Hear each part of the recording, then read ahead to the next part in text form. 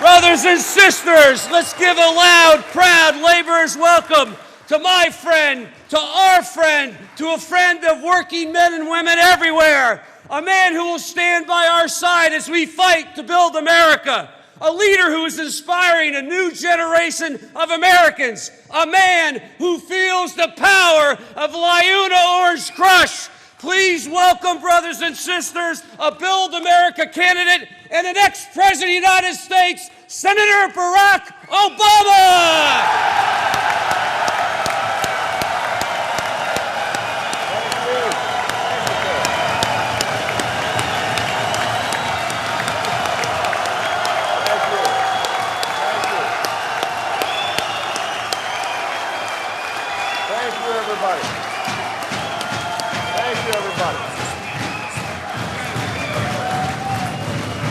Listen, thank you so much.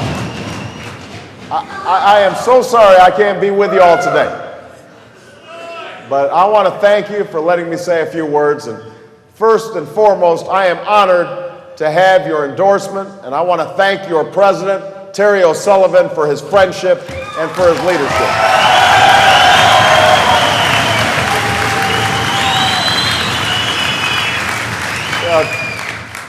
Terry is one of the most dynamic and innovative leaders in the American labor movement today.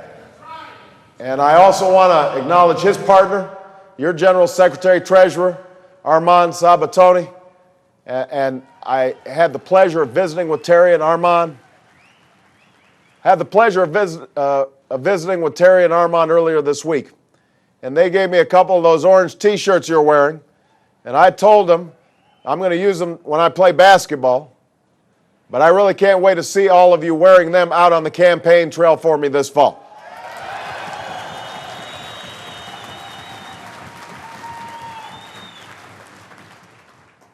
I also want to acknowledge my good friends from Illinois, Terry Healy, John Penn, Jimmy Connolly, and I want to give a special shout out to Ed Smith. Ed, congratulations on your retirement. You're a little young to retire, but I hope you're enjoying your new position. And I'm grateful to all of you for the commitment you've made to help us win in November. Yeah, I know those efforts are already well underway. I know you've made over 100,000 calls this summer to registered voters and mobilized members and held your first Take a Walk to Build America over the weekend. That's exactly the kind of grassroots movement this campaign has been about from the very beginning, because that's precisely how change happens. You and I share a vision for this country. We believe that every American should have a fair shot at life, that your family should have health care when you get sick, that you should be able to put your kids through college, even if you're not rich, that you shouldn't have to worry about getting injured on the job, and that after a lifetime of hard work, you should be able to retire with dignity and security. It's a vision deeply rooted in a fundamental truth, that we have, all of us, mutual obligations to one another, that I am my brother's keeper, my sister's keeper, and that in this country we rise and fall together. But you know that for the last 7.5 years, we've had a whole different philosophy in the White House. Yeah, they call it the ownership society, but what it really means is you're on your own. You're a worker who's been laid off from a job, tough luck, you're on your own. You're a single mom trying to find health care for your kids, tough luck, you're on your own. You're a senior whose pension got dumped, tough luck, you're on your own. It's not just that this administration hasn't been fighting for you, they've actually tried to stop you from fighting for yourselves. This is the most anti-labor administration in our memory. They don't believe in unions, they don't believe in organizing. They've packed the Labor Relations Board with their corporate buddies, and it is time to tell them that it is not the Department of Management, it's the Department of Labor, and we are going to take it back.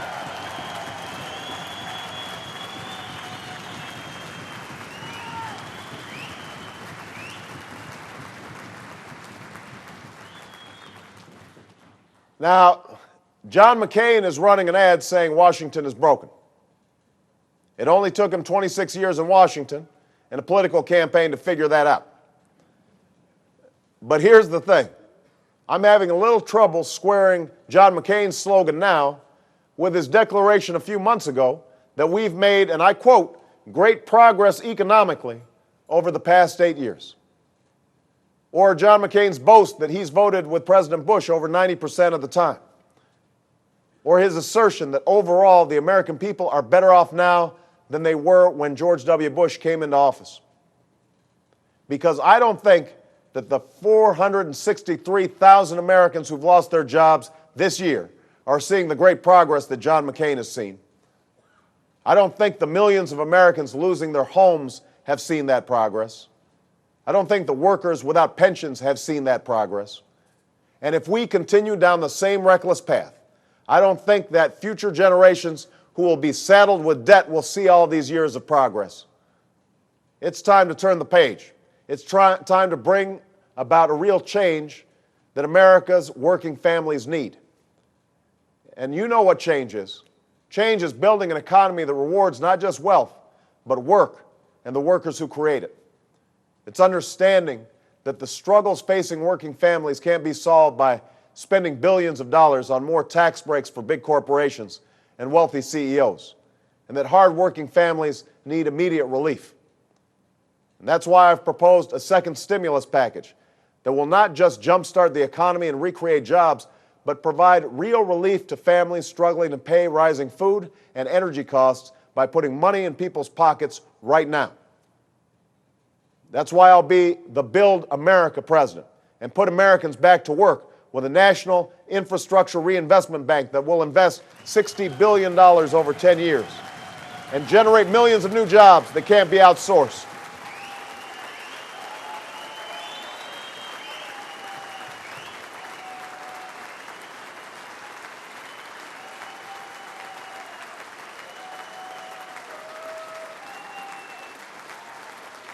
It's time to rebuild America. And that's why, as president, I'll put a tax cut of up to $1,000 directly into the pockets of 95% of workers and their families. Now, change is a health care plan like the one I've proposed, a plan that guarantees insurance to every American who wants it and brings down premiums for every family, that cuts costs for business and workers by picking up the tab for some of the most expensive illnesses and conditions, and that stops insurance companies from discriminating and denying coverage to those who need it most. And I'm going to sign all those things into law by the end of my first term as president. Change is a president who's walked with you on those picket lines, who doesn't choke on the word union, who lets the unions do what they do best and organize our workers, who doesn't suspend Davis-Bacon after a hurricane, but strengthens it so that new projects adhere to proper standards and the workers building America's infrastructure make the prevailing wage and get the benefits they deserve.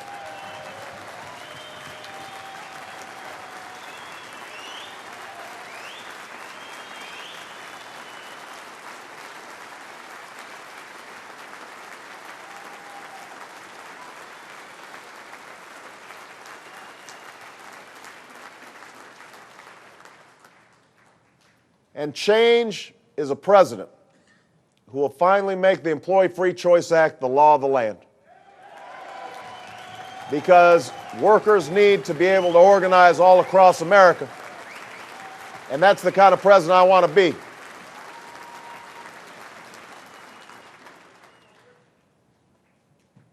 If you have any doubts about what kind of president I'll be, just ask the union leaders in Illinois.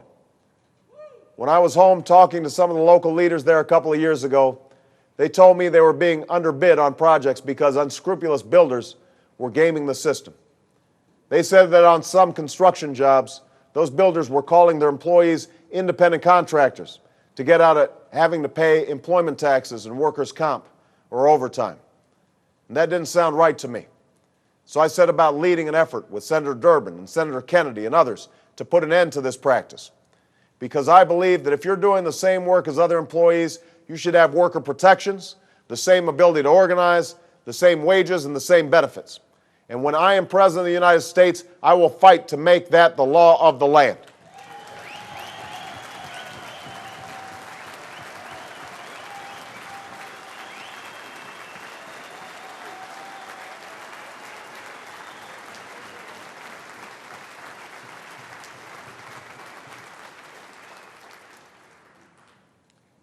So laborers, that's what change is. That's the choice in this election. We are only 2.5 months away from the change that we seek. That's it, 2.5 months. And if you keep marching with me, and if you're organizing with me, if I see those orange shirts out there in neighborhoods all across this country, knocking on doors and making those phone calls, registering voters, talking to your friends and coworkers and neighbors, and if you will vote for me, then I promise you this: we will win the general election. And then together, we are going to change this country. We are going to rebuild America. We are going to change this world. Thank you, LIUNA. I appreciate you guys. God bless you, and God bless the United States of America. Thank you.